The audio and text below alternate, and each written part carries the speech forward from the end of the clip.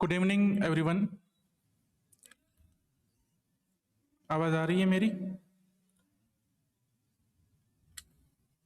Okay, let's start. ठीक है, चलिए। आज हम देखने वाले हैं जावास्क्रिप्ट के कुछ छोटे छोटे कंसेप्ट के बारे में। जैसे हो गया एरे के कुछ ऑपरेटर्स हैं, एक स्प्रेड ऑपरेटर हो गया, फिर रेस्ट ऑपरेटर भी बोलते हैं उसको, और डिस्ट्रक्चरिंग के बारे में देखेंगे। और छोटा सा एक आज ना एक प्रॉब्लम सॉल्व करेंगे आज हम। ठीक है, चलिए। तो देखिए ES6 मतलब जो जावास्क्रिप्ट का लेटेस्ट तो नहीं बोल सकते, लेटेस्ट तो अभी ES 2020 के ऊपर भी है अभी हमारे पास। लेकिन ES6 जावास्क्रिप्ट का एक मेजर चेंज था। 2016 के आसपास आया था वो। तो उससे पहले ES5 था। ES5 में कुछ फीचर बहुत पुराने थे, ठीक है। तो उसके बाद जो जावास्क्रिप्ट का मेजर वर्जन आया था वो था ES6, और उसमें कुछ नए ऑपरेटर्स इंट्रोड्यूस किए गए थे, जिसमें एक ऑपरेटर है स्प्रेड ऑपरेटर। ठीक है, स्प्रेड ऑपरेटर का काम क्या है? चीजों को बिखेर देना, स्प्रेड कर देना। अब किस चीज को हम स्प्रेड कर सकते हैं? जो चीजें एक साथ हो ना, वो स्प्रेड की जा सकती हैं। और जावास्क्रिप्ट में एक साथ जो चीजें होती हैं उनको क्या कहते हैं? ऑब्जेक्ट। दो टाइप के ऑब्जेक्ट मेनली हम डील करते हैं, एक होता है एरे और एक होता है ऑब्जेक्ट की वैल्यू पेयर वाला। ठीक है, तो एरे या तो ऑब्जेक्ट के अंदर मल्टीपल एलिमेंट्स होते हैं। ठीक है, एरे के अंदर लिस्ट ऑफ एलिमेंट होते हैं। तो जब हम उन लिस्ट ऑफ एलिमेंट्स को ऐसे बिखेर देना, मतलब अलग कर देना, ठीक है, उसको कहेंगे हम स्प्रेडिंग। और स्प्रेड ऑपरेटर का यूज करके हम उससे कुछ कुछ चीजें अचीव कर सकते हैं। जैसे एक तो ये हो गया, एक एरे है हमारे पास, उसके जो भी ऑपरेटर हैं उसको बिखेर दो कहाँ पे? दूसरे एरे के अंदर। ये फंक्शन के आर्गुमेंट के साथ भी होता है। तो एक एक करके हम सब सारे एग्जांपल देखेंगे। ठीक है, तो here is an example of using spread operator to spread elements in of array into array। ठीक है, एक एरे के एलिमेंट्स को हम दूसरे एरे के एलिमेंट्स में स्प्रेड कर सकते हैं। एग्जांपल करके देखते हैं इसका। एक एरे ले लेते हैं ARY, जिसमें मान लो ये 4 नाम हैं। ठीक है, ARY प्रिंट करेंगे तो हमें 4 नाम दिखेंगे इसमें, हमीद, राहुल, युवराज, अखिलेश। ठीक है, अब मुझे क्या करना है? मान लो कि ये स्कूल के मतलब क्लास के जो स्टूडेंट हैं ऐसा मान लो। अब क्लास में नया एडमिशन होता है और मैं ये चाहता हूं कि नया एडमिशन में एक बंदा आया है, 2 बंदे आए हैं। ठीक है, और वो 2 बंदे कौन है? बना देते हैं उसको। न्यू एडमिशन इक्वल टू, मान लो आ गया एक हिमांशु और दूसरा मान लो आ जाता है नीलेश। ठीक है, 2 हैं न्यू एडमिशन, 2 लोग हैं एरे के अंदर हैं। ऑलरेडी हमारे पास पुराना एरे पड़ा हुआ है। अगर मैं चाहता हूं कि ये 2 लोग ना राहुल और युवराज के बीच में बैठे, क्योंकि राहुल युवराज मतलब इसके बीच में बैठेंगे तो उनको ज्यादा नॉलेज आएगा, ऐसा कुछ अगर कंडीशन है मेरा, तो मैं ये कैसे कर सकता हूं? यहां पे मैं स्प्रेड ऑपरेटर का यूज कर सकता हूं। कैसे? फॉर एग्जाम्पल, मैं अपना जो पहला एरे है, ठीक है, उसमें क्या लिखा मैंने? हामिद लिखा, राहुल लिखा। उसके बाद मुझे 2 एलिमेंट ऐसे डालने हैं जो कि दूसरे एरे के अंदर हैं। तो यहां मैं लिखूंगा न्यू एडमिशन। ठीक है, अगर मैंने यहाँ पे सीधा सीधा न्यू एडमिशन लिख दिया, उसके बाद मैं अपना एरे देखूंगा ना, तो एरे कुछ ऐसा बन जाता है, हामिद, राहुल। उसके बाद एक दूसरा एरे है। ये क्या हो गया? एरे के अंदर एरे है। इस एरे के अंदर हमें 2 चीजें मिलती हैं। तो टोटल क्लास में बच्चे कितने होने चाहिए थे? 6 होने चाहिए थे, लेकिन अभी भी कितने हैं? 5। तो ये चीज तो सही नहीं है। मुझे इन दोनों के बीच में 2 चीजें रखनी है। सिंटेक्स तो मेरा यही होना चाहिए, मेरा न्यू एरे यहीं पे रहना है। लेकिन कैसे रहना है? खुल के रखना है उसको, उसका एरे से छोड़ देना है। ये 2 एलिमेंट्स अभी एरे के अंदर हैं, हमें उनको एरे के बंधन से मुक्त करना है, छोड़ देना है। कैसे करेंगे? इसके आगे 3 डॉट लगा के। ठीक है, जैसे ही मैं किसी भी एरे के पहले आगे 3 डॉट लगाऊंगा तो उसका मतलब वो एरे खुल जाएगा। एरे खुल जाएगा तो एरे के अंदर क्या होंगे, एलिमेंट्स, वो बिखर जाएंगे। बिखर के कहाँ जाएंगे, जहां पे भी नीचे सरफेस है, जिस चीज को भी वो असाइन हो रहे हैं या जहां पे भी वो रखे गए हैं वहीं पे बिखर जाएंगे। तो अभी एरे के अंदर 2 एलिमेंट थे, वो राहुल के बाद बिखरे हुए पड़े हैं, और जो नया एरे बनेगा उसमें ये बीच में आ गए। ओके, ये होता है स्प्रेड ऑपरेटर। इसका यूज करके हमने क्या किया, पहली चीज 2 एरे को ज्वाइन किया, 2 एरे को मर्ज किया हमने। दूसरा क्या क्या एग्जांपल हो सकता है इसका, ठीक है, हमने ऑलरेडी देखा भाई, दूसरा एरे जब हम डिक्लेयर कर रहे थे तो इसको हमने मर्ज किया। अब मान लो हमारे पास 2 एरे ऑलरेडी हैं जो कि हमारे पास थे, ठीक है, यहाँ पे मैं नया एरे बना रहा था। अब मान लो नया एरे बना नहीं रहा हूँ, ऑलरेडी मेरे पास 2 एरे हैं, उन दोनों को मैं कंसोल लगाता हूँ, ठीक है।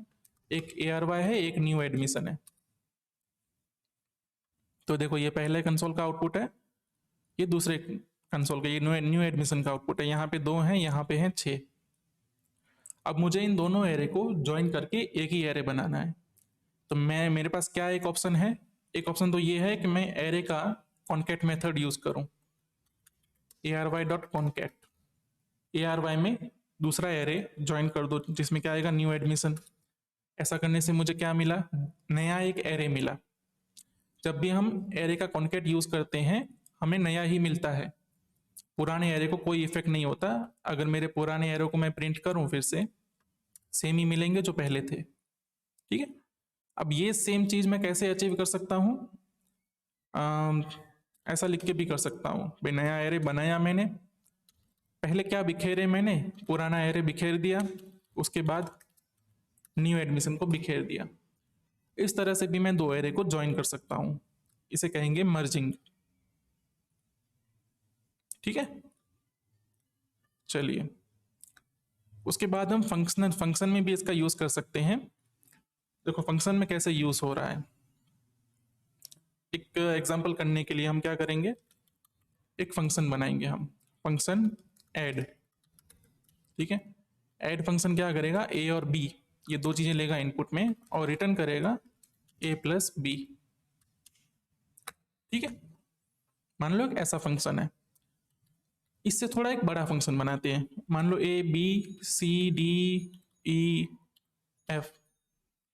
कितने एलिमेंट हो गए, 6 एलिमेंट हो गए, वो 6 इनपुट ले रहा है, और सबको करेगा प्लस, A+B+C+D+E+F, और सबको ऐड करके आउटपुट देगा। इसको मुझे अगर कॉल करना हो तो मैं कैसे करूंगा, 6 मतलब आइटम्स डालता रहूंगा, 6 4 3 2 जो भी हैं, ठीक है। जब सारी आइटम डाल दूंगा तो मुझे रिजल्ट मिलेगा उन सबका, जो भी प्लस होके, जो भी ऐड होके वो रिजल्ट बना है वो।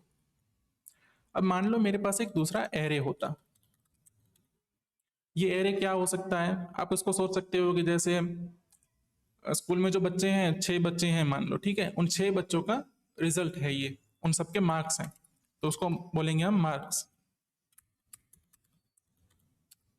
सारे बच्चों के मार्क्स हैं, लिस्ट में आए हैं, तो इसलिए बोल सकते हैं कि भाई एरे में आए होंगे। तो एरे के अंदर क्या होगा, ये सेम एलिमेंट्स हैं मान लो, इनसे बना एक एरे, मार्क्स का एरे है जिसके अंदर 6 एलिमेंट्स हैं। फंक्शन है ऐड, वो 6 एलिमेंट को इनपुट में लेता है।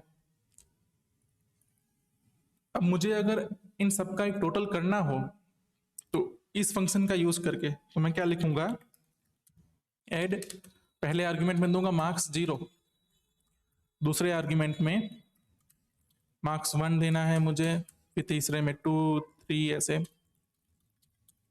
ठीक है ना। ये कितना 5 तक जाएगा क्योंकि 6 एलिमेंट है टोटल, तो लास्ट एलिमेंट बनेगा 5। ठीक है, ये 2 हो गया। मैं ये सब करूंगा तो मुझे फाइनली मिलेगा सही आउटपुट, पहला एलिमेंट यहाँ गया मार्क्स का, दूसरा एलिमेंट वहां गया। अब यहाँ पे क्या हो रहा है, एरे के जो एलिमेंट हैं वो एक 1 बाय 1 फंक्शन को जा रहे हैं, तो यहाँ पे भी हम सेम चीज का यूज कर सकते हैं, इस एरे के एलिमेंट को बिखेर दो, इसको बिखेर देंगे तो काम हमारा वैसा ही बनेगा जैसा 0 1 2 लिख के बना था। ये हमने क्या किया है, सिंगल सिंगल एलिमेंट को अलग अलग से लिखा है ना। तो जब हम एरे बिखेरने की बात करते हैं, इसका मतलब ये वाला पूरा सिंटैक्स जावास्क्रिप्ट खुद लिख देता है हमें, बिहाइंड द सीन यही लिखा जाता है। Array of 0 comma array of 1 comma जितनी भी एरे की लेंथ हो। तो मुझे यहाँ पे क्या करना है, सिर्फ डॉट डॉट डॉट मार्क्स लिखने हैं। इससे क्या होगा, मार्क्स के अंदर जितने भी एलिमेंट हैं वो सब कॉमा कॉमा करके यहाँ पे फिट हो जाएंगे। ठीक है, ये चीज इस चीज में रिप्लेस हो जाएगी क्योंकि हमने 3 डॉट ऑपरेटर यूज किया है, स्प्रेड ऑपरेटर।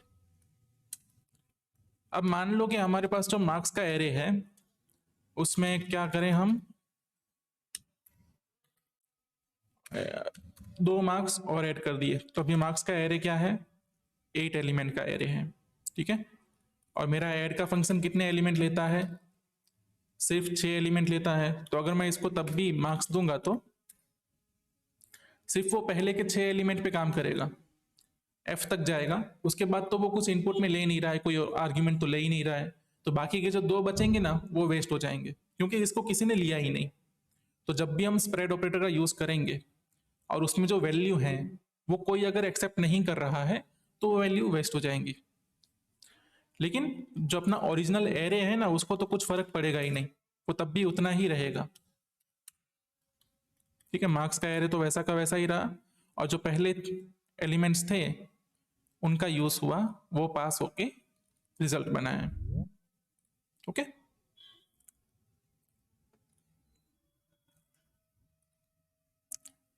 ठीक है, तो इस तरह से हम जो अपना फंक्शन है उसको इनपुट दे सकते हैं, मल्टीपल इनपुट अगर उसको जो दे रहे हैं वो एरे के फॉर्म में दे सकते हैं।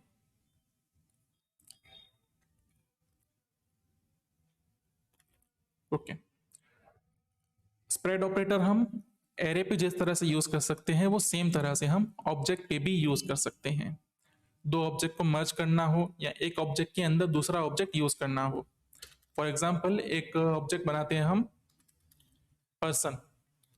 पर्सन का क्या होगा, कुछ ना कुछ नेम होगा, मान लो नेम हमीद, और एज उसका है कुछ भी 223 जो भी हो, उससे फर्क नहीं पड़ता। ठीक है, अब एक दूसरा हमें ऑब्जेक्ट बनाना है स्टूडेंट का।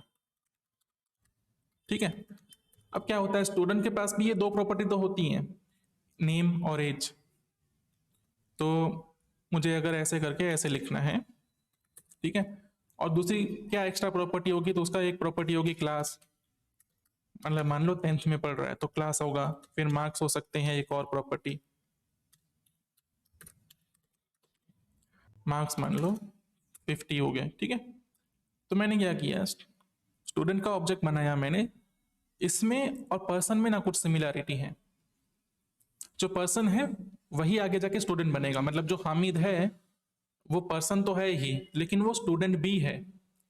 तो जो नेम है और जो एज है वो तो दोनों ऑब्जेक्ट में सेम ही रहने वाली है। तो इस केस में मैं क्या कर सकता हूँ, स्टूडेंट को ऐसे बनाऊंगा, मेरा स्टूडेंट बनेगा इस तरह से। ठीक है, तो मैं स्टूडेंट जब बना रहा हूं ना उस वक्त ये 2 चीजें मैं किससे डिराइव कर लूंगा, सीधा सीधा पर्सन से डिराइव कर लूंगा।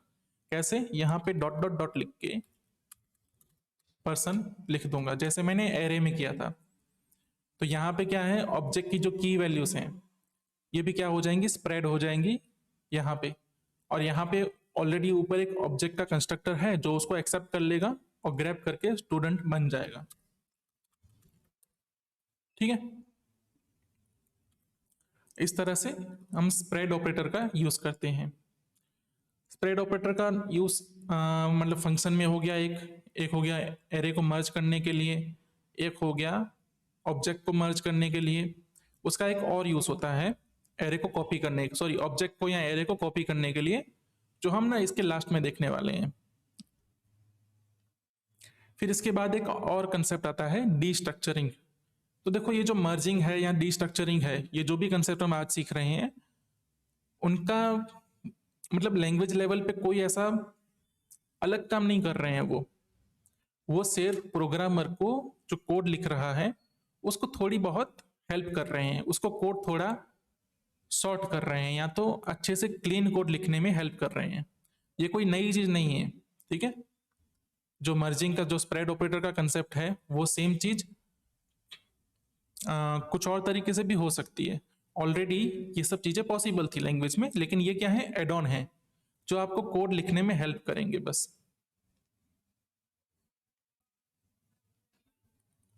ठीक है, स्प्रेड क्या था, चीजों को बिखेर दो।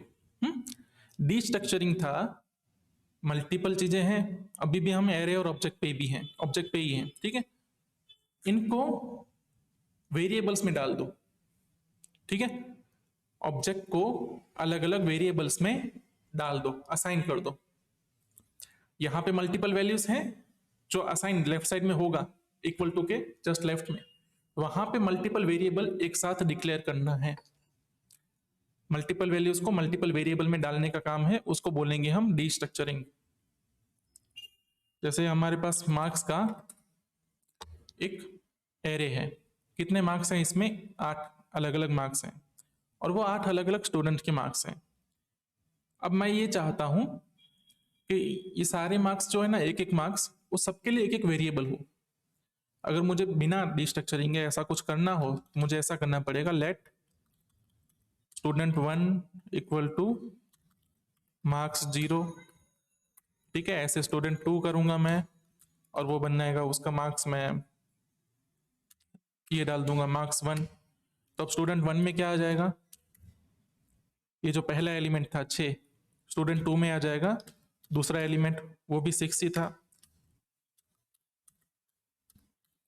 ठीक है, स्टूडेंट 3 बनाऊंगा, उसमें क्या आना चाहिए, 5। स्टूडेंट 3 5, ऐसे करके मुझे 8 लाइनें लिखनी है, 8 लाइन्स, तब मैं इसके सारे एलिमेंट्स को सारे वेरिएबल्स में कन्वर्ट कर सकता हूं। लेकिन यहां पे अगर हम डी स्ट्रक्चरिंग का यूज करें तो ये काम हमारा हो जाएगा इजी। हमें क्या करना है, लेट, और हमें किस चीज से चीजें उठानी है उस पर डिपेंड करेगा कि यहाँ पे आप कर्ली ब्रेसेस लिखोगे या तो स्क्वायर ब्रैकेट लिखोगे। दो चीजें हैं, या तो एरे से अगर चीजें उठा रहे हो तो स्क्वायर ब्रैकेट आएंगे, और अगर ऑब्जेक्ट से चीजें उठा रहे हो तो कर्ली ब्रैकेट्स आएंगे। तो अभी हमारे पास एरे था, एरे में से हमें वेरिएबल्स बनाने हैं, तो मैं करूंगा स्क्वायर ब्रैकेट का यूज, इक्वल टू मार्क्स।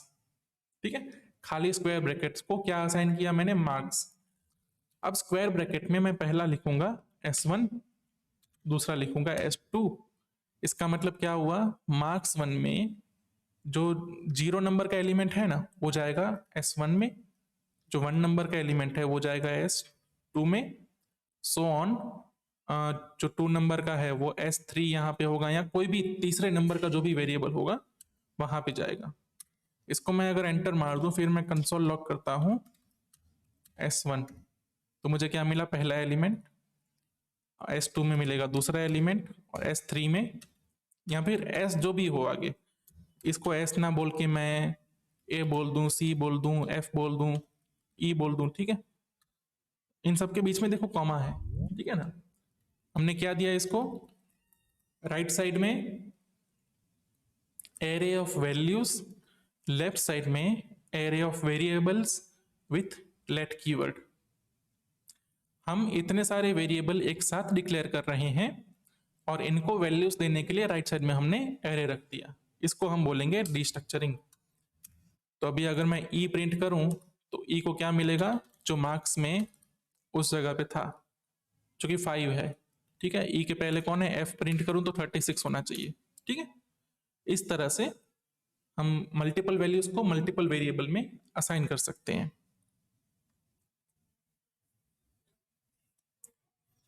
ठीक है, ऐसा ही काम हम ऑब्जेक्ट के साथ भी कर सकते हैं। हमारे पास कौन सा ऑब्जेक्ट है, स्टूडेंट का ऑब्जेक्ट है हमारे पास। ठीक है, स्टूडेंट के ऑब्जेक्ट में नेम है, एज है, क्लास है, मार्क्स है। अगर हम चाहते हो कि ये जो भी कीज हैं वो एक वेरिएबल में आ जाए हमारे पास, मुझे हर बार स्टूडेंट डॉट नेम ना लिखना हो, इसकी जगह सिर्फ अगर नेम लिखना हो, तो मैं क्या करूंगा, let curly braces equal to student का ऑब्जेक्ट। ठीक है, अब कर्ली ब्रेसेस के अंदर क्या करूंगा मैं, जिसका भी मुझे असाइनमेंट चाहिए ना उसकी की डाल दूंगा। फॉर एग्जाम्पल अगर मैं यहाँ पे सिर्फ लिखता हूँ मार्क्स, तो मार्क्स के अंदर स्टूडेंट के अंदर जो भी वैल्यू थी वो आ जाएगी, लेकिन नेम, क्लास, ये सब यहाँ पे नहीं आए होंगे, ठीक है। या फिर एज, तो एज नाम का वेरिएबल नहीं बना होगा क्योंकि हमने एज यहाँ पे बनाया ही नहीं है। लेट के आगे हमें डिक्लेयर तो करना पड़ेगा जो भी हम वेरिएबल बनाना चाहें, ठीक है। दूसरा क्या बनाएंगे हम, एज, उसके बनाएंगे क्या, क्लास, उसके बाद बनाएंगे हम मार्क्स, ठीक है। देखो ये जैसे ही मैंने प्रोग्राम रन किया ना, इसने कुछ एरर दिया, अनएक्सपेक्टेड टोकन क्लास। अब क्लास हम किसी भी वेरिएबल का नाम नहीं रख सकते हैं, वेरिएबल का नाम हम क्लास नहीं रख सकते, क्योंकि क्लास नहीं रख सकते क्योंकि क्लास एक रिजर्व्ड कीवर्ड है, एक स्पेशल कीवर्ड है जावास्क्रिप्ट के लिए। क्लास का कुछ अलग मीनिंग होता है। और हमने यहाँ पे लेट का यूज किया हुआ है, इसकी जगह हम वर का यूज करेंगे। क्या बोल रहे हैं ये, मार्क्स ऑलरेडी डिक्लेयर हो चुका है। हम इस प्रोग्राम को थोड़ा रिफ्रेश करेंगे, स्टूडेंट का ऑब्जेक्ट फिर से बनाना है हमें, ये रहा, ठीक है। स्टूडेंट का ऑब्जेक्ट हमने फिर से बना दिया और हम ये फिर से असाइन करेंगे। मल्टीपल की वैल्यू थी, मल्टीपल वेरिएबल में असाइन करने की कोशिश की, कंसोल डॉट लॉग करेंगे, सब में वैल्यूज आ गई हैं, लेकिन क्या है CLS, इसमें कुछ वैल्यू नहीं आई। क्यों? क्योंकि ऑब्जेक्ट के अंदर इसका नाम क्या था, क्लास। हम असाइन कर रहे हैं तो किस में कर रहे हैं, CLAS में।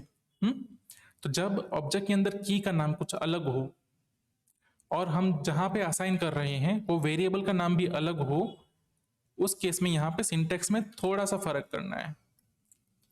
यहाँ पे कॉलन आएगा, लिखना है कॉलन के आगे क्लास। अगर देखा जाए ना तो हर एक के आगे ये लगा ही हुआ है by default, marks colon marks, sorry marks 2 बार क्यों है, ठीक है गलत है, name colon name, by default ये ऑलरेडी लगा होता है। लेकिन अगर दोनों का नाम सेम हो ना तो हम कॉलन के आगे की चीज को ओमिट कर सकते हैं, निकाल सकते हैं। ये जावास्क्रिप्ट का रूल है, ये भी नए ES6 वर्जन में ही आया था।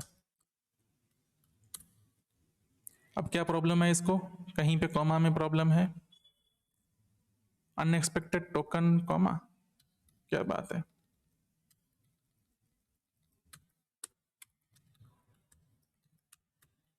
अरे यार, ठीक है, क्लास,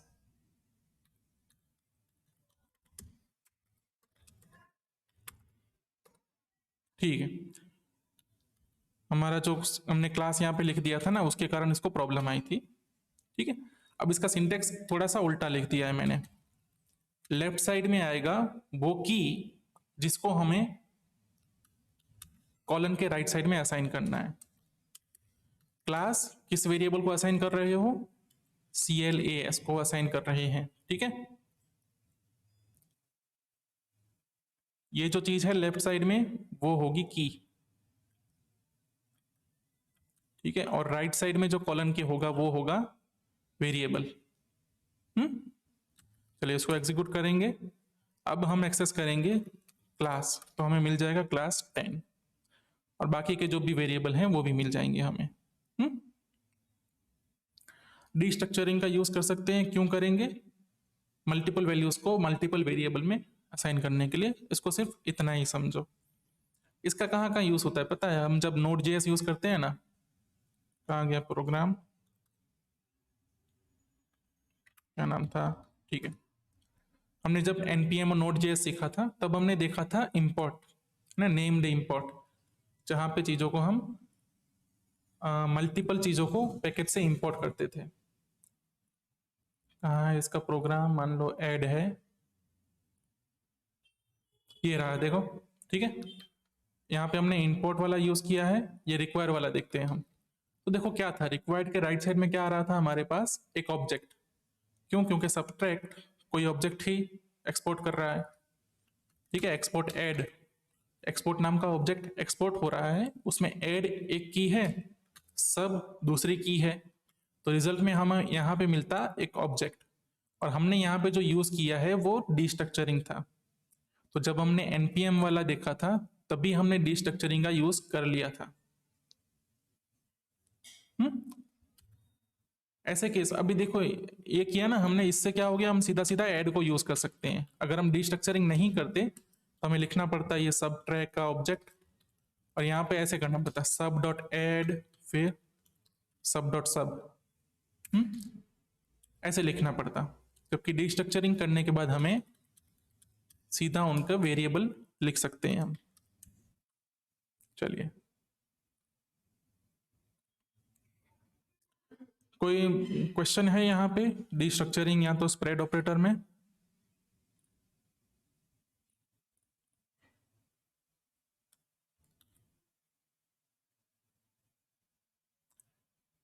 ठीक है, फिर मैं आगे बढ़ूंगा फिर। ओके, इसके बाद ना हम एक देखेंगे वैल्यूज का कंसेप्ट। हमने अपने पहला लेक्चर था ना जो पहला, उसी में हमने बात की थी वैल्यूज की। कोई भी चीज जिसका मीनिंग है वो एक वैल्यू है। 5 एक वैल्यू है, 10 एक वैल्यू है। ठीक है, वैल्यू क्या होती है, एक तो बुलियन, नंबर, स्ट्रिंग ये टाइप की होती हैं, और कुछ वैल्यूज होती हैं ना वो ऑब्जेक्ट टाइप्स की होती हैं। ठीक है, अब जो बुलियन, नंबर, स्ट्रिंग ये सब जो वैल्यू है उनका क्या होता है, जैसे ही वो वैल्यू प्रिंट हुई ना, और अगर उनको किसी ने कैच नहीं किया तो वो वैल्यू हो जाती है डिस्ट्रॉय। फॉर एग्जाम्पल मैं कंसोल लॉग लिखता हूं, इसके अंदर मैंने लिख दिया 5500 स्ट्रिंग, कुछ भी स्ट्रिंग लिख दिया। स्ट्रिंग को लिख के मैं एंटर मारा ना तो स्ट्रिंग पहले प्रिंट हुआ, उसके बाद जो स्ट्रिंग जो वैल्यू थी उसने मेमोरी में कुछ जगह रोकी थी, वो ये लाइन खत्म होने के बाद निकल गई मेमोरी से। क्यों? क्योंकि इसको कोई पकड़ के नहीं रखा है। अगर ऐसा करूं मैं, लेट ए इक्वल टू 5000, ठीक है, ये लाइन में एग्जीक्यूट करूंगा तो अभी ए के अंदर ना ये 5000 की वैल्यू स्टोर हो चुकी है। मतलब ए ने इस 5000 वैल्यू को स्टोर करके रखा है। अब तुम ए लिखो या 5000 लिखो, 5000 लिख नहीं सकते तुम, ठीक है, ए जहां जहां लिखोगे ना वहां 5000 रिप्रेजेंट होगा। ठीक है, तो वैल्यूज का यही बिहेवियर होता है कि उसको जो चीज पकड़ते हैं, ठीक है, अगर कोई वेरिएबल ने उसको पकड़ के नहीं रखा, या तो किसी फंक्शन को वो पास नहीं हो रही है तो यूज नहीं हो रही, तो वो क्या हो जाती है, गार्बेज कलेक्ट हो जाती है, गार्बेज में चली जाती है। इसको लैंग्वेज में कहा जाता है गार्बेज कलेक्टर। जावास्क्रिप्ट में होता है कि कोई भी वैल्यू अगर यूज नहीं हो रही तो गार्बेज कलेक्टर आएगा, वैल्यू को उठा के ले जाएगा, क्योंकि किसी काम की नहीं है, खामखा मेमोरी में पड़ी है। तो जब तक वो किसी वेरिएबल के अंदर है या तो किसी और तरह से यूज हो रही है, वो यूज हो रही है। ठीक है, ये हो एक बात होगी वैल्यू के बारे में। अब वेरिएबल्स जो वैल्यू को पकड़ते हैं दो तरीके से पकड़ते हैं। यहाँ पे वैल्यू के हम दो क्लासेस करेंगे। दो क्लासेस मतलब उसको दो चीजों में डिवाइड करेंगे। एक वैल्यूज ना वो है जो सीधा सीधा नंबर, स्ट्रिंग, बुलियन इसको रिप्रेजेंट करती हैं। ठीक है, ये जो वैल्यूज है ना इसे हम बोलेंगे प्रिमिटिव वैल्यूज, क्योंकि ये वैल्यूज ही मेन प्राइमरी वैल्यू है। बाकी जो ऑब्जेक्ट की बात करेंगे हम, ऑब्जेक्ट या तो एरे, वो क्या है, डिराइव हुए हैं वैल्यूज। इन चीजों से मतलब जो प्राइमरी वैल्यूज हैं, प्रिमिटिव वैल्यूज हैं, उनका ही मिक्स करके ऑब्जेक्ट या तो एरे बनते हैं। तो इसलिए एरे को हम क्या बोलेंगे, रेफरेंस वैल्यूज या फिर डिराइव वैल्यूज बोलेंगे। तो जब भी हम प्राइमरी वैल्यू या प्रिमिटिव वैल्यूज को किसी वेरिएबल को असाइन करेंगे ना, तो वेरिएबल को ना वो सीधा सीधा वैल्यू मिल जाएगा। जैसे मैंने इसको असाइन किया ए को 5000 और मैंने बी को असाइन किया ए। ओके, ए को मैंने 5000 असाइन किया, बी को मैंने ए असाइन किया। तो ए में क्या था, 5000 था। 5000 यहां से कॉपी होके पहले ए में गया। ठीक है, यहां मैं वर्ड यूज कर रहा हूं कॉपी। फिर जब दूसरी लाइन में ए बी में गया ना, तो ए के अंदर क्या थी, वैल्यू 5000 थी। ठीक है, वो कॉपी होके बी में गई, मतलब 5000 का दूसरी बार कॉपी बना। तो ए के अंदर अभी जो 5000 है, मैं जो कंसोल लॉग कर रहा हूं, ठीक है, जो ए के अंदर 5000 है और जो बी के अंदर 5000 है ना, वो मेमोरी में दो अलग अलग ऑब्जेक्ट हैं। वो भले हमने 5000 से कॉपी करके ए में डाला, फिर ए से बी में डाला, लेकिन वो सब अलग अलग हैं। इसे क्या कहेंगे हम? वैल्यू असाइन हो रही है। ठीक है, बराबर ना। अब इसका थोड़ा सा ये सेम चीज करेंगे हम ऑब्जेक्ट के साथ। तो मैं लेट करूंगा ओबीजे 1 इक्वल टू, मान लो नेम, उसमें लिख देता हूं मैं हामिद। हम्म और दूसरा ऑब्जेक्ट बनाता हूं ओबीजे 2 इक्वल टू ओबीजे 1। अब इसको दोनों को कंसोल करेंगे हम। तो ओबीजे 1 कॉमा ओबीजे 2, दोनों ऑब्जेक्ट हैं। दोनों ऑब्जेक्ट क्या दिख रहे हैं? सेम दिख रहे हैं। लेकिन यहां पे जब असाइनमेंट हुआ था ना, तो राइट साइड में क्या बना? राइट साइड में एक ऑब्जेक्ट बना। ऑब्जेक्ट बनते वक्त ऑब्जेक्ट से पहले क्या बना? ऑब्जेक्ट से पहले ना, पहले ये वैल्यू बनी। ये वैल्यू ऑब्जेक्ट के अंदर एक की को असाइन हो गई। तो जो काम पहले वेरिएबल के साथ हुआ था कि 5000 ए को असाइन हुआ, इस तरह से पहले ये अंदर ही अंदर एक असाइनमेंट हुआ। अंदर ही अंदर उन लोगों ने रिश्ता बनाया कि भाई नेम है, उसको वैल्यू मिली है हामिद। बराबर। अब इन दोनों का जो रिश्ता बना ना, वो बना ऑब्जेक्ट। ऑब्जेक्ट क्या है? इन दोनों को बांध के रखने वाली एक डोर है सिर्फ। ऑब्जेक्ट कोई वैल्यू नहीं है। ऑब्जेक्ट अपने आप में कोई वैल्यू नहीं है। ऑब्जेक्ट सिर्फ वो कॉन्ट्रैक्ट है, सिर्फ वो कागज है जिस कागज पे कौन सी वैल्यू कौन सी की को असाइन हुई है वो लिखा हुआ है। आप मान सकते हो कि ऑब्जेक्ट सिर्फ राशन कार्ड है। राशन कार्ड पे लिखा होता है ना कि घर में ये मेंबर्स हैं, ये इसका बेटा, ये इसकी बेटी, या तो कोई भी ऐसा डॉक्यूमेंट जहां पे ना सबकी रिलेशनशिप दिखाई गई हो। तो ये ऑब्जेक्ट क्या है? क्या बताता है? नेम को हामिद वैल्यू मिली है। दूसरा होता, मान लो यहाँ पे एज होता, एज को 50 मिला है। ठीक है, तो ये क्या होता? हमने सिर्फ रिलेशन बना के रिलेशन को बाइंड कर दिया एक जगह पे। उससे कोई नई वैल्यू जनरेट नहीं हुई है, सिर्फ एक डॉक्यूमेंट जनरेट हुआ है। उसको क्या कहेंगे हम? Reference value. ऑब्जेक्ट इटसेल्फ खुद कोई वैल्यू स्टोर नहीं करता। ऑब्जेक्ट सिर्फ वैल्यूज की रेफरेंस स्टोर करता है। तो जब ये बना, तो पहले क्या बना? इन दोनों का कॉन्ट्रैक्ट बना, और वो कॉन्ट्रैक्ट इस वेरिएबल को असाइन हुआ है, ना कि ये वैल्यूज। जब 5000 असाइन हो रहा था तो 5000 कॉपी होके ए में गया था।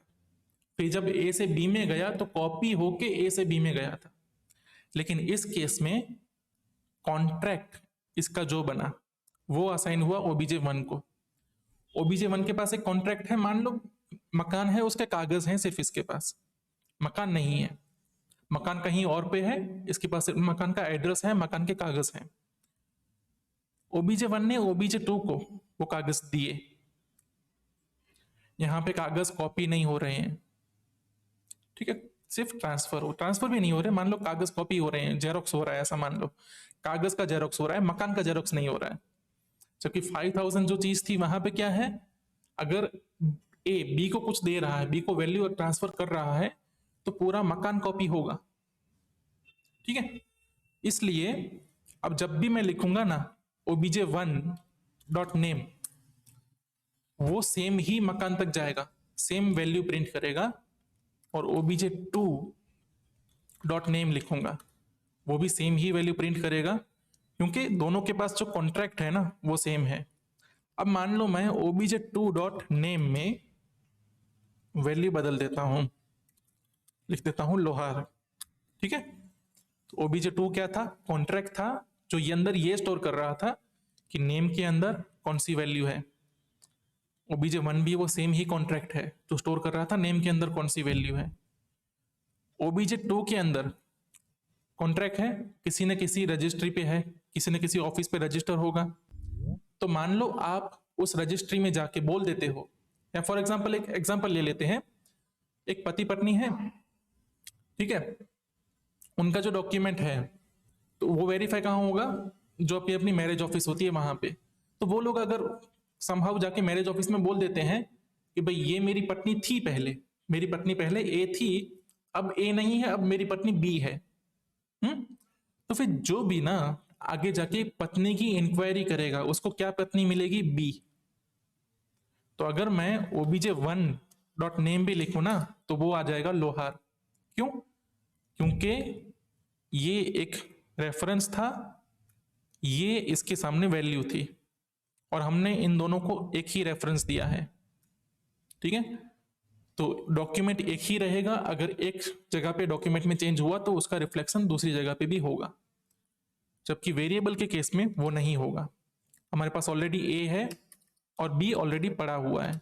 ठीक है, अगर मैं ऐसा करूं बी इक्वल टू 5000 की जगह लिख दूं 2000, ठीक है, फिर मैं अगर ए को प्रिंट करता हूं तो ए तब भी 5000 रहेगा और बी 2000, क्योंकि बी को तो मैंने अभी असाइन कर दिया है। क्यों? क्योंकि यहां पे ना वैल्यू कॉपी हो रही थी। ए में 5000 वो कॉपी होके बी में आया था, उसका रेफरेंस या तो उसका कॉन्ट्रैक्ट नहीं आया था।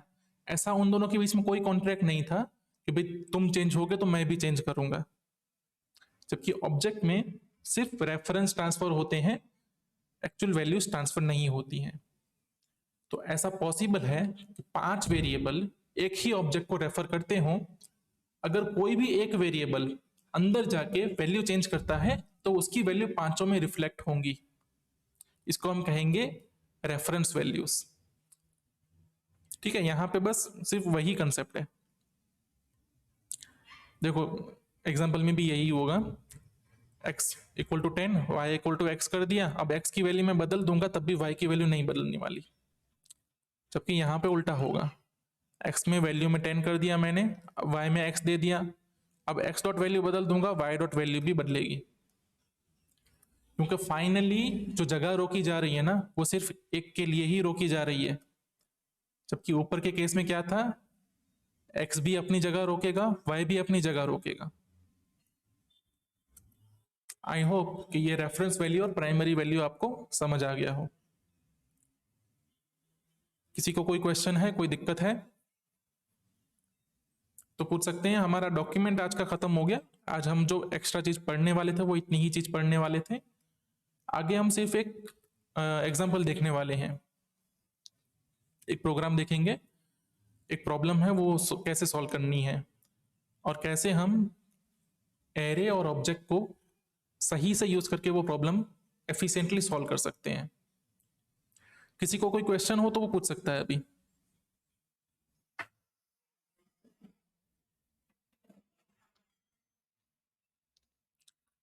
चलिए फिर हम बढ़ते हैं आगे।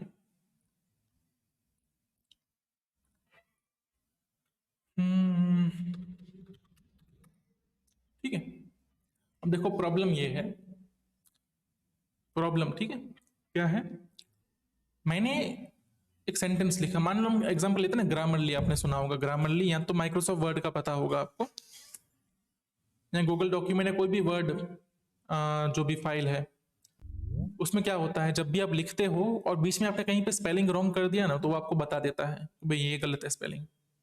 ठीक है, तो ऐसा एक एप्लीकेशन अगर बनाना हो हमें, हमने मान लो कोई भी एक स्ट्रिंग लिखा, फॉर एग्जाम्पल इसको इनपुट स्ट्रिंग को बोलेंगे हम, input equal to my name is क्यों लिखूं मैं, हेलो वर्ल्ड, ये सही स्पेलिंग है, मान लो मैं एल भूल गया, हेलो वर्ल्ड, WORD नहीं नहीं, हेलो वर्ल्ड की जगह WIRD। ठीक है, मान लो ये स्पेलिंग है जो कि गलत हो गया।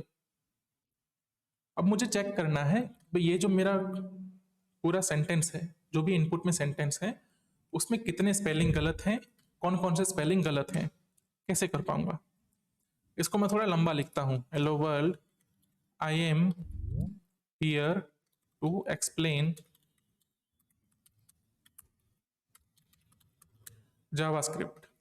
ठीक है, अब देखो इसमें देखा नहीं तो क्या है, एक तो वर्ल्ड का स्पेलिंग गलत हो गया, एक्सप्लेन का स्पेलिंग सही है, और जावास्क्रिप्ट खुद में कोई एक नोन वर्ड नहीं है, जिसको हम जानते हो वैसा वर्ड नहीं है। तो अब हम क्या पढ़ेगा, मतलब अगर मुझे ये वेरीफाई करना है कि स्पेलिंग सही है कि नहीं है, तो पहले तो मुझे ये पता होना चाहिए ना कि कौन कौन से स्पेलिंग सही है। वो क्या होता है, कैसे पता लगता है? डिक्शनरी से। तो हमारे पास ऑलरेडी ना एक डिक्शनरी होगी। लेट dictionary equal to array. Dictionary में हमने कुछ वर्ड रखे हैं, वही वर्ड सही वर्ड हैं, उसके बाहर के जो वर्ड हैं वो गलत वर्ड हैं या तो सही नहीं वर्ड है वो। मैं लिखूंगा आई डिक्शनरी में। आई को डिक्शनरी को पता है आई क्या है, एम वर्ड को जानता है, टू वर्ड को जानता है, ठीक है, फिर एक्सप्लेन जानता है, हेलो जानता है, और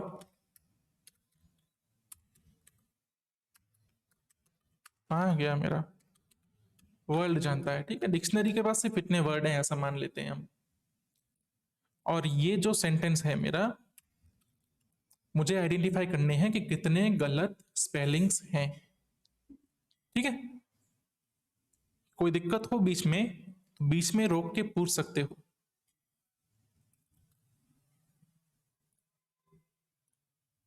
चलो, सबसे पहला काम मेरा क्या होना चाहिए, इस सेंटेंस को मैं वर्ड्स में डिवाइड करूंगा। इसमें कितने शब्द हैं वो मुझे पहले पता लगने चाहिए, तभी तो मैं एक एक वर्ड पे जाके कुछ टेस्टिंग कर पाऊंगा।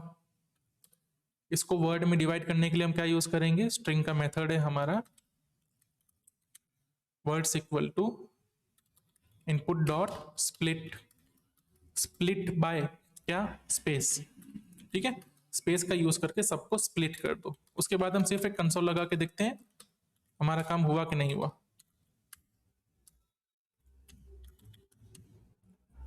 नोड, पहले तो एग्जांपल में चले जाते हैं, C D spelling dot JS. ठीक है, तो देखो नीचे आउटपुट में दिख रहा है कि मैंने सब में से वर्ड तो निकाल दिए। अब इसमें क्या दिक्कत है, दिक्कत ये है कि यहाँ पे हेलो में ना एच कैपिटल है, यहाँ पे एच स्मॉल है। तो अगर मैं इन दोनों को कंपेयर करूंगा तो ये बोलेगा, जावास्क्रिप्ट बोलेगा ये सही, दोनों सेम नहीं है। तो यहाँ पे मुझे क्या करना है, जितने भी वर्ड मैंने बनाए ना उन सबको किस में कन्वर्ट करना है, लोअर केस में। सारे के सारे लोअर केस में होंगे तब भी हम सही कंपैरिजन कर पाएंगे ना, वरना मान लो मैं यहाँ पे लिख देता एल तो ये तो किसी से मैच नहीं होता। जब डिक्शनरी मैच करेंगे तो बीच में केसिंग नहीं आती है, कैपिटल या स्मॉल वाली। ठीक है, अब हमें इनपुट आउटपुट में क्या मिला था, एक एरे मिला इसके, और हमें क्या करना है, एरे के हर एक एलिमेंट को क्या बनाना है, लोअर केस। तो यहाँ पे हम क्या यूज करेंगे, मैप का यूज करेंगे। क्यों, क्योंकि हर एक वर्ड के लिए हमें क्या चाहिए, लोअर केस वाला, उसका इक्विवेलेंट वर्ड। मैप यूज किया मैंने, आइटम रिटर्न करना है कुछ, यहां से जो भी रिटर्न करूंगा मैं वो नया एरे बनेगा। मैं रिटर्न करूंगा item dot to lower case. अब मैं इसको प्रिंट करूंगा तो मेरे सारे वर्ड्स लोअर केस बन गए। अब मुझे हर एक वर्ड पे लूप घुमाना है। ठीक है, मैं यहाँ पे फॉर ईच का भी यूज कर सकता हूं, या तो फॉर ऑफ का भी कर सकता हूं। मैं फॉर ईच करता हूं यहाँ पे, हमने कल ही फॉर ईच सीखा था तो इसका एक एग्जाम्पल भी हो जाएगा साथ में। और इसमें पहली चीज क्या मिलती है, आइटम मिलती है, इंडेक्स मिलता है, जबकि मुझे इंडेक्स से कोई मतलब है भी नहीं, मैं इंडेक्स हटा देता हूं। यहाँ पे मुझे जो आइटम मिली है, मुझे एट अ टाइम ये चेक करना है ये आइटम इसके अंदर है कि नहीं है। अगर मेरी आइटम इसके अंदर है इसका मतलब मेरा वर्ड सही है, अगर इसके अंदर मेरी आइटम नहीं है इसका मतलब मेरा वर्ड गलत है। कैसे चेक करूंगा, हमने ऑलरेडी कल मेथड देखी थी, एक तो देखी थी हमने सम, और एक देखी थी फाइंड, एरे मेथड। डीआईसीटी क्या है, एरे है, डीआईसीटी डॉट फाइंड, फाइंड क्या जाएगा, इनपुट में कॉलबैक जाएगा। कॉलबैक को पहली चीज क्या मिलेगी, वर्ड, या तो डब्ल्यू बोल दूं, इसको भी मैं आइटम बोल दूंगा ना तो कंफ्यूजन हो जाएगा, क्योंकि ऊपर ऑलरेडी एक आइटम का वेरिएबल है, इसको भी मैं आइटम बोलूंगा, ये दोनों क्लैश करेंगे, कोई एक ही आइटम एट अ टाइम रह सकता है। इसको मैं आइटम टू बोल सकता हूं, या तो मैं इसको बोल देता हूं ए। ठीक है, एट अ टाइम आइटम के सामने ए को मैच करना है। तो देखो आइटम में क्या होगा, कंसोल लगाता हूं मैं, item at a time loop के अंदर हेलो होगा पहले, फिर वर्ल्ड होगा, फिर आई होगा, ठीक है। अब मुझे क्या करना है, रिटर्न, ठीक है। रिटर्न यहां पे क्या करना है, ट्रू या फॉल्स। अगर ए इक्वल टू आइटम है तो ट्रू कर दो रिटर्न। और जैसे ही ये फाइंड ट्रू रिटर्न करेगा, यहां पे रिटर्न में क्या मिलेगा, हमें पर्टिकुलर आइटम मिलेगा।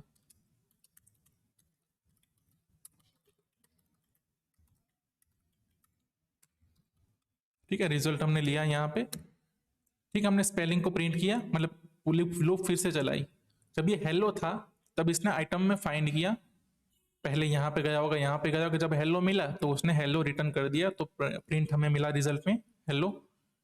दूसरा एलिमेंट क्या था हमारा, वर्ड था, जो कि इसमें नहीं मिला। तो यहाँ पे जहां जहां हमें अनडिफाइंड मिल रहा है ना, वो हमारे गलत वर्ड है, वो वर्ड हमारी डिक्शनरी में नहीं है, इसका मतलब। जहां जहां हमें वर्ड दिख रहे हैं वो हमारी डिक्शनरी में है। यहां जहां मैंने फाइंड का यूज किया ना, इसमें मुझे रिटर्न में क्या मिल रहा है, वर्ड, लेकिन मुझे उस वर्ड का कोई मतलब ही नहीं है। मुझे चाहिए क्या था, ट्रू चाहिए था या फॉल्स चाहिए था, ये वर्ड डिक्शनरी में है या नहीं है, सिर्फ इतना ही चाहिए था। तो मैं यहाँ पे सम यूज कर सकता था, जो कि मुझे रिटर्न देगा ट्रू या फॉल्स। जहां जहां फॉल्स है वो वर्ड है गलत। इफ नॉट रिजल्ट, कहाँ गया नॉट मेरा, नॉट रिजल्ट मतलब फॉल्स होगा, उसका नोट करेंगे ट्रू बन जाएगा। तो जहां जहां फॉल्स है वहां वहां ये प्रिंट होगा। आइटम, इसको भी ना इसमें करेंगे हम, ठीक है। आइटम इज रॉन्ग, आइटम में क्या था, पर्टिकुलर वर्ड। तो weird is wrong, here is wrong and JavaScript is wrong. ठीक है, इस तरह से हमें क्या मिल गया, ये आइडेंटिफाई कर पाए हम कि कौन से वर्ड गलत हैं। ठीक है, ये प्रोग्राम चल सकता है, चल रहा है, लेकिन इस प्रोग्राम में एक दिक्कत है। दिक्कत क्या है, हमारी डिक्शनरी में ना इतने 7 या 4-5 एलिमेंट नहीं होते हैं। डिक्शनरी में कितने एलिमेंट होंगे, कितने वर्ड होंगे, हजारों लाखों वर्ड होंगे। ठीक है, इमेजिन करो, यहाँ पे 1 लाख वर्ड है मान लो। हम्म, हमारे पास यहाँ पे जो वर्ड की संख्या बनती है वो भी कितनी, 4-5 बन रही है। इसको भी मान लो ना एक बड़ा 100 वर्ड्स का एक समरी है, 100 वर्ड्स का एक ऐसे है, जहां पे 100 वर्ड हैं, 100 शब्द हैं। अब हम लूप चला रहे हैं, ठीक है। पहली चीज, हर एक वर्ड के लिए लूप चलेगी, मतलब ये जो फॉर ईच है ना, वो कितनी चलेगी, 100 टाइम्स। जितने भी वर्ड हैं उतने टाइम ये लूप तो चलेगी ही चलेगी। अंदर क्या हो रहा है, अंदर हमने यूज किया सम का। सम बिहाइंड द सीन क्या करेगा, लूप ही चलाएगा। ठीक है, सम क्या करेगा, 1 लाख एलिमेंट पे, 1 लाख में कितने जीरो होते हैं, शायद 5। ठीक है, 1 लाख एलिमेंट पे लूप घुमाएगा, कितनी बार, 100 टाइम इंटू 100। इसका रिजल्ट क्या आएगा, कुछ 1 करोड़ आइट्रेशन बन जाएंगे। सोच सकते हो, ये जो कंडीशन चेक हो रही है ना, 1 करोड़ बाद, 1 करोड़ टाइम, मतलब 1 करोड़ बार ये इक्वल टू कंडीशन चेक होगी। अब हमारे जो अभी लेटेस्ट कंप्यूटर हैं उसमें कोई प्रॉब्लम नहीं है, लेकिन तब भी ना 1 करोड़ कंपटीशन करने के लिए एटलीस्ट 1 आध सेकंड लग सकता है, उससे ज्यादा भी लग सकता है। और हो सकता है कि डिक्शनरी में जो वर्ड है वो 1 लाख ना हो, 1 लाख से और ज्यादा हो, और हमारे पास जो ऐसे है वो और भी बड़ा हो।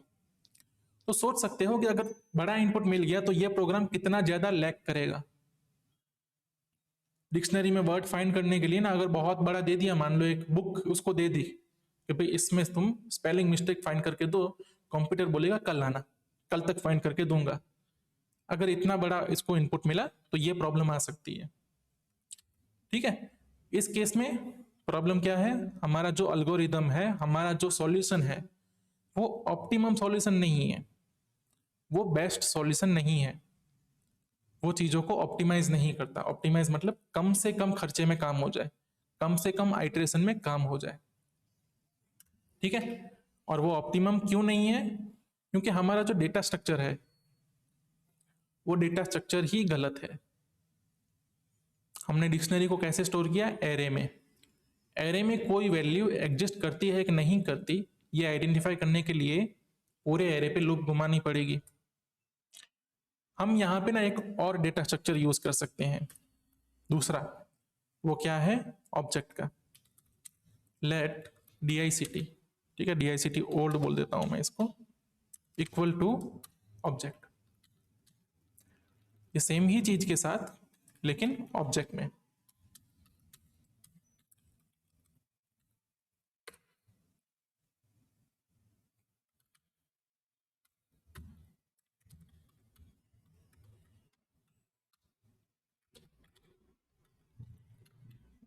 कहाँ प्रॉब्लम है इसमें? वर्ल्ड का ये नहीं है, ठीक है। ये एक ऑब्जेक्ट है, ठीक है ना। DICT में अगर मुझे हेलो को एक्सप्रेस करना है तो मैं यहाँ पे लिखूंगा हेलो। इस तरह से मैं ऑब्जेक्ट को एक्सेस तो कर ही सकता हूं। अब मान लो मैं यहाँ पे बीच में लिख देता हूं जावास्क्रिप्ट। जावास्क्रिप्ट के रिटर्न में क्या मिला? अनडिफाइंड। तो जो भी वर्ड मेरा डिक्शनरी में नहीं है उसके रिटर्न में मुझे क्या मिलेगा? अनडिफाइंड। तो अगर मैंने ऐसा स्ट्रक्चर यूज किया इंस्टेड ऑफ एरे, तो मेरी कंडीशन क्या बन जाएगी? ये सम नहीं करना पड़ेगा मुझे, ठीक है। सम की जगह क्या करना पड़ेगा मुझे? जो DICT है उसके अंदर सीधा मैं आइटम ऐसे लिख दूंगा।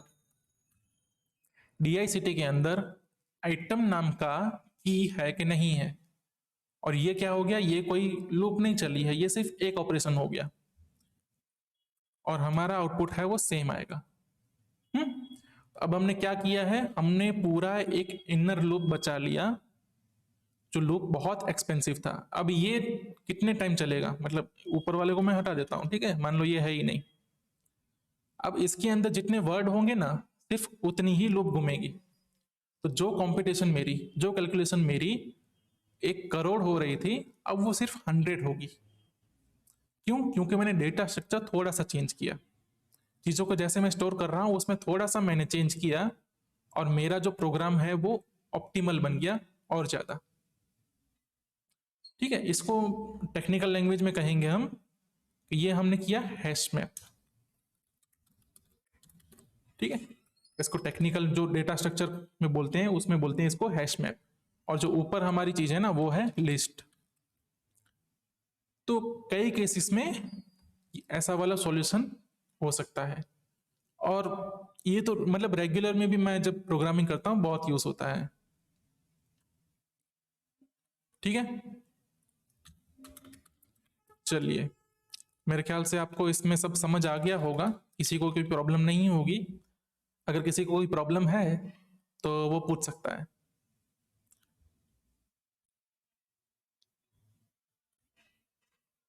ठीक है, चलिए, बस हम लेक्चर को यहीं ख़त्म करते हैं। और वो जो कल मैंने आपको एक्सरसाइज दी है, ठीक है, वो एक्सरसाइज आपको करनी है। हम नेक्स्ट मिलेंगे 6 को, ठीक है, 6 तारीख को मिलने वाले हैं हम, मंडे को। तब मैं सिर्फ एक्सरसाइज के रिलेटेड चीज़ें ही करूँगा, बाकी लेक्चर में कुछ पढ़ाने नहीं वाला मैं। 6 को एक्सरसाइज रिलेटेड चीज़ें ही करेंगे हम। आपको वो करनी है, वो करके आना है, अपने क्वेश्चन रखने हैं। उम्मीद है कुछ अच्छा करेंगे उस दिन, ठीक है। चलिए।